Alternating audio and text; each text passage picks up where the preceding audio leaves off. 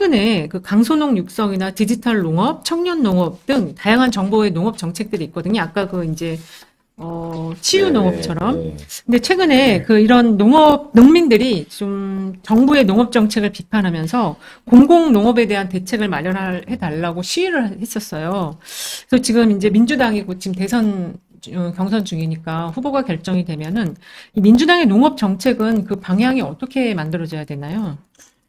이게 이제 뭐 지금 문재인 정부 농업 정책에 대해서는 이제 부정적인 얘기들이 굉장히 많습니다. 아, 사실은 그게 이제 오히려 뭐 박근혜 정부 때보다 농업 정책이 없다라고 하는데 저는 문재인 정부 농업 정책의 실패는 인사에서 왔다. 인사 문제가 있었다라고 생각을 하고요. 그게 이제 그 특정 그 라인들 뭐 이런 라인들을 마피아 라인. 이제 그렇죠. 농피아라고 농피아 하는데 라인. 그 농피아 라인에서 이 그 청와대도 들어가고 뭐 정부 관료 아니면 그 농업 관련된 기관에 이렇게 가 있으면서 저는 그게 이제 제일 그 문재인 대통령이 귀를 막고 입을 막았더니 그 원래 문재인 대통령이 처음에 농업은 직접 챙기겠다고 하셨었거든요. 근데 음, 그거를 못하게 만드는 그게 그 농피아라고 하기는 그렇지만 아무튼 그 라인들이었다. 그러니까 인사에 좀 실패였다고 생각을 하고요. 그럼 문재인 정부의 농업 정책의 골자는 뭐라고 제가 잘 몰라서 여쭤보는 건데요. 그 이제 문재인 정부에서 지금 가장 뭐 농업 정책 중에서 성공했다고 하는 게 이제 국가 푸드 플랜이라는 거 아, 하고 그다음에 그 뭐야 좀 전에 얘기했던 국가 푸드 플랜 그다음에 기후변화? 공익형 직불제 아, 공익경 네, 직불제. 공익형 직불제하고 뭐 그 정도 얘기를 하죠. 근데 그다음에 이제 농업회의소라고 이제 민간 거버넌스 조직을 이제 뭐 만들겠다라고 그 농업회의소 뭐 이 정도.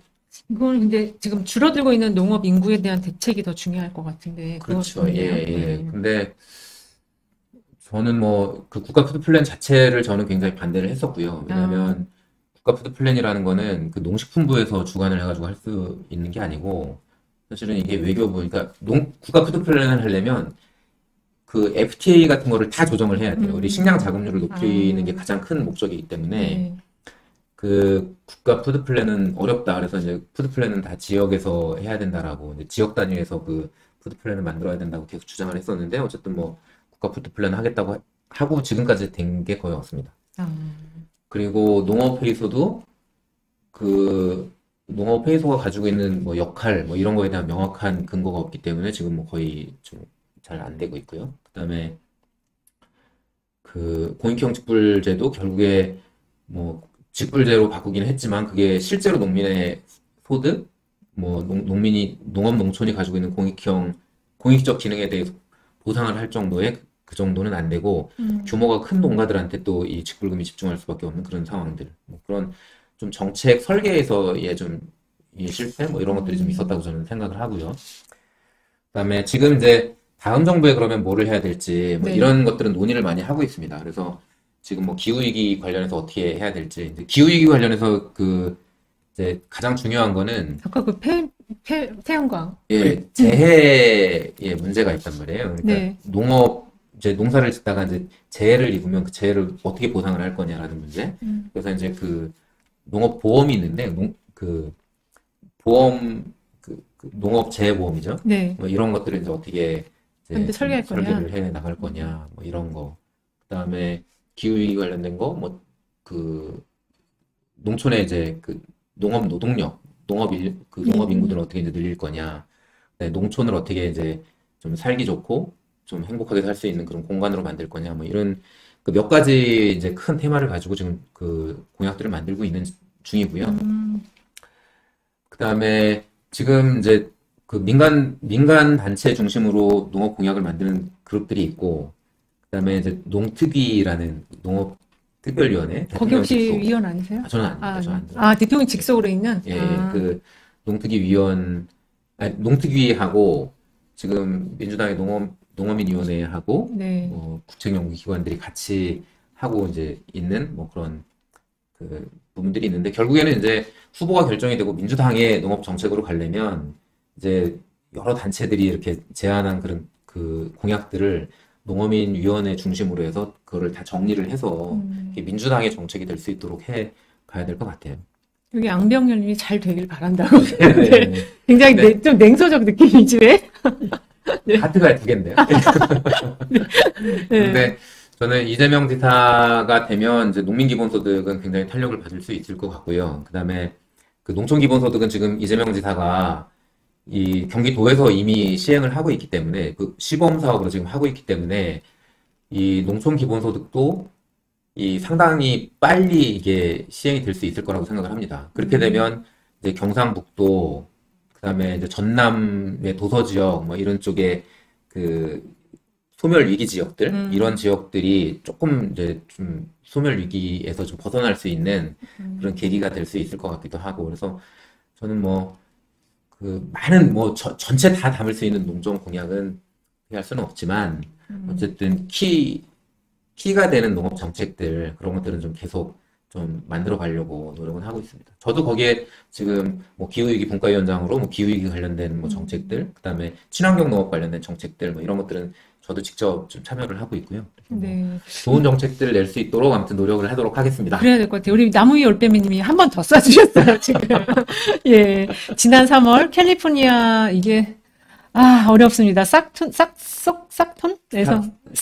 스탁턴에서도 기본소득제도 실험 결과 성공적이었다. 뉴욕시장 후보 앤드류 양의 주요 공약도 기본소득과 궤를 같이 하는 거 보면 기본소득은 포스트 코로나 시대의 정신인 것 같다. 좋은 맞습니다. 정보를 주시네요. 예. 지금 농림해양수산부라고 예전에 했었던 것 같은데 이게 농림축산식품부. 농림축산식품부 이렇게 이름이 바꾼 게 제가 말씀 들어보니까 식량 자급률을 제일 상위 목표로 놓고 이렇게 이름 바꾼 거 아닌가요? 그렇지 않습니다. 그건 아니에요. 이름이 왜 이렇게 바뀌었나요, 그러면? 이게 뭐 농림축산식품부가 이제 그 정권에 따라서 이제 진보 정권에 들어가면 이제 해양수산을 따로 뗐다가 네네. 보수 정권에 들어가면 또 다시 합쳤다가 막 이러잖아요. 네. 근데 이게 이제 2014년, 15년 2012, 13년인가? 그때쯤 이름이 바뀌었어요. 농림축산식품부로. 그때 이제 해수부가 다시 독립이 됐을 겁니다. 네. 그러면서 그 농림축산식품부라는 이름으로 바꿨는데 저는 농림축산은 빼자. 왜냐면 축산도 농업에다 들어가는 건데 왜 축산을 굳이 넣느냐 이랬는데 뭐 그 당시에 또 축산단체들이 계속 또 넣어달라고. 그래서 예. 그 농림축산식품부로 이렇게 그러니까 이 식품이 그 가공을 통한 그럼 6차 산업화 이건가요? 제가 너무 의미부여를 하나? 그러니까 이제 그런 것들을 다 관리를 하겠다. 그러니까 1차 농산물부터 이제 가공까지. 가공식품까지. 그러니까 식품의 원료가 농산물이니까 네. 일괄적으로 다 관리를 하겠다라고 해서 이제 농림축산식품까지 네. 들어간 거죠. 우리 정만철 박사님을 농림축산식품부 장관으로 보내자. 지금 우리 시청자님들은 무조건 국회를 보내자, 무슨 장관을 보내자. 그냥 애드립처럼 늘 그냥 하시는 말이에요. 너무 의미를 안 두셔도 돼요. 예, 네. 저는 시골에 있을 겁니다. 그렇지 않아도 이 장관이 아니고요. 지금 홍성에 군수님이 이제 삼선 제안이 돼갖고 임기가 지금 다 되셨대요. 그래서 내년 지방선거에 예비자분들이 많다고, 예비 후보자분들이 많다고 하시는데. 박사님도 여기 혹시 같이 뛰고 계시나요? 선거법하고 상관없는 거죠? 아직은 상관없을 것 같아요. 아직 좀 많이 남았습니다. 선거까지. 예, 저는 사실 그 홍성 출신이 아니고요. 이제 제가 홍성에 가게 된 이유가 아까 이제 친환경 농경 발전 기획단 그 군청의 기획단 단장으로 가게 되면서 2015년도에 갔는데 제가 원래 전공이 네. 그 지방자치단체 농업정책론으로 제가 이제 석사 박사학위를 받았고요. 이제 농촌진흥청이나 뭐 농업기술 실용화재단 이런 이제 중앙정부의 일을 하는 것보다는 그 지역에서 일을 하는 게 저는 훨씬 더 재밌겠다고 생각을 하고 또 그게 또 저한테 맞는다고 생각을 해서 사실은 진흥청을 언제 그만둘까 계속 이제 고민을 하고 있었는데 마침 2015년도에 홍성군에서 연락이 와서 이제 그 일을 좀 같이 했으면 좋겠다라고 해서 이제 홍성으로 갔습니다. 근데 홍성에 가서 보니까 기본적으로 이제 공무원 마인드도 너무 이제 그 다른 지역하고 차이가 나고 그다음에 그 홍성은 여기 홍성 다 아시죠? 홍성이 굉장히 자원이 많은 잘 모르시는 분은 없겠지? 네. 왜 물어보냐면 네. 제가 홍성 그러면 강원도요? 이렇게 행성입니다. 거기는 행성. 홍천 뭐 홍천. 네. 그래서 홍성 한우 유명하다고 그러면 뭐 횡성 한우 아니에요? 막 이러시는데 홍성도 충남 한우가 유명하잖아요. 유명하죠. 네, 그래서 제가 이제 충남 홍성에 살고 있는데 충남 홍성이 자원이 굉장히 많아요. 그러니까 뭐 바다도 있고 산도 맞아요. 네. 있고 또 유기농 하는 데도 있고 또 축산도 뭐 한우도 굉장히 그 중에 하나고 광천 하면 다 아실 거예요. 광천 한우, 소금? 광천 김, 김, 예, 맞다, 광천 김. 김하고 음, 그다음에 광천의 새우젓 뭐 이런 거. 맞아요. 그 그다음에 거기가 포가 이렇게 들어가 그렇죠. 있어갖고, 예. 이제 젓갈류도 좀 유명하고, 그렇죠. 예. 예, 그래서 이게 이제 뭐 지역적인 그런 이제 공간적인 어떤 자원들, 그다음에 그런 먹거리 같은 그런 자원들, 예, 그리고 또 굉장히 인문학적인 도시예요. 맞아요. 홍성이 뭐 역사 인물들도 많고 성산문 최영 장군도 있고, 음, 그다음에 김자진, 뭐 한용운 선생도 홍성 출신이시고, 그 동백림 사건으로 연루되셨던 그 이응로 어백도 홍성 맞아요, 맞아요. 분이시고, 그다음에 한성준 선생님이라고 이제 우리나라 현대무용의 대가, 이는 한성준 선생님도 홍성 분이고, 그래서 뭐 홍성은 그런 인문학적인 요소, 뭐 역사적인 그런 자원들 이런 것도 굉장히 많은데, 음, 그거를 좀 이렇게 엮어가지고 뭔가를 만들어 보면 굉장히 그 홍성 자체의 브랜드가 커질 것 같은데, 그거를 못 하는 거예요. 음. 그래서 군청에 있으면서 계속 그런 거를 해보고 싶었고, 하려고 해도 안 돼서, 결국엔 제가 직접 한번 해봐야 아, 네. 되겠다라는 여기서 박수를 그 보내드립니다. 예. 생각이 들었고요. 예. 그래서 직접 한번 해보려고 합니다. 그 홍성이 저도 이제 몇 번 가봤는데 그 굉장히 거기 충남도청이 있잖아요. 예. 그래서 교통도 굉장히 좋고 그 내포신도시도 또 굉장히 잘 지어져 그렇죠. 있고 예. 그리고 지금 말씀하신 것처럼 자원이 무지무지 많아요. 음. 근데 그게 하나로 도시 정체성화되지 않아서 우리 교수님이 이제 앞으로 그걸 좀 열심히 해보고 싶다는 꿈을 갖고 계시거든요. 오늘 이렇게 슈퍼챗 써주신 분들 앞으로 우리 또 나가시면 후원 좀 많이 해주시고요. 그러니까 언론에서 항상 좀 체크해서 보세요. 홍성 군순 이제 선거가 곧 있으니까. 예. 여기 지금 신상민이라고 상민아 들어왔구나. 우리가 의료용 대마 하면은 너한테 바로 뜨나 보다. 바로 들어온 거 보니까 이 친구가 그 3개월간 잠적한 아, 친구예요. 그래요? 예, 의료용 대마 했다가 안동으로 아, 뺏기고 예, 예. 그래서 지금 여기 미래 농생명 산업의 핵심은 대마입니다. 네, 이렇게 엄청 그 노력을 뭐, 많이 예, 했었어요. 예. 예. 그 가장 아무래도 부가가치가 높은 작물 중에 하나죠. 예. 네. 한우에게 케나프 사료 먹이면 최고라는데 이게 무슨 말인가요? 케나프가 뭐죠? 그러니까 좀 무슨 케나프, 브랜드인가요? 뭐가. 네. 그러니까 요즘에 이제 그 소가 이제 방구 끼는 것 때문에 그 네. 메탄가스가 많이 나오니까 그 메탄가스를 줄이는 사료에 대한 연구들이 많이 되고 있어요. 근데 뭐 이 해조류 같은 거를 먹이면 아, 그 방구가 좀 되게 줄어든다. 나온다고. 정말 우리 기후변화가 변화를 엄청 시키겠군요, 예, 앞으로. 대마의 한 종류라고 하네요. 아, 대마에, 소에, 그럼 방구가 좀 덜 나오니, 상미나? 네, 지금 한우가 한우 전북에서, 피해 있는 거 아닌가요? 전북에서 지금 연구 중이랍니다, 아, 전남하고. 네네. 우리 이낙연 후보님이 아무래도 전남도지사를 하셨기 때문에 네. 공약이 뭐가 있나요? 지금 농업 관련한. 농업 정책. 지금 아직까지는 뚜렷하게 나오고 예, 있나요? 뚜렷하게 뭐 농업 관련된 음, 공약들은 제가 잘 모르겠습니다. 지금은 이제 지역 순회를 하다 보니까 지역 공약들은 계속 나오는데, 네. 뭐, 농업 쪽에, 뭐, 그, 토지공 개념에 대한 얘기? 근데 그거는 음, 뭐, 전체, 우리나라 전체 토지에 대한 뭐 것들? 그다음에 아마 이제 대선이 되면 이제 농지 문제에 대한 그 논의들도 많이 나올 것 같습니다. 그 음, 농지를 이제 누가 소유를 해야 되느냐. 지금까지는 이제 경작자, 그러니까 경자 소유 원칙이라고 해서 음, 농사를 짓는 사람만 이 농지를 가질 수 있었는데 사실 그렇지 못한 경우도 되게 많잖아요. 뭐 그쵸. 상속을 받아가지고 네. 가지고 있다거나. 근데 그런 문제들은 어떻게 할 건지 뭐 그런 아무튼 그 농지 문제 그 지난번에 꽤 문제가 됐었잖아요. 그래서 네. 그 농지 문제도 상당히 좀그 정책이 많은 그 정책들이 아마 나올 것 같아요. 농지에 관련된. 그렇습니다. 지금 어쨌든 기후변화를 통해서 가장 변화를 직접적으로 받는 곳이 이 농업 분야고, 뭐 여러 가지 이제 기술들이 발전하면서 또 변화가 지금 큰 영역이 농업 분야예요. 마지막 이제 벌써 10시 반 우리 또 교수님 차 몰고 가시려면 빨리 보내드려야 돼가지고 마지막 질문 한 가지 하고 끝을 낼게요.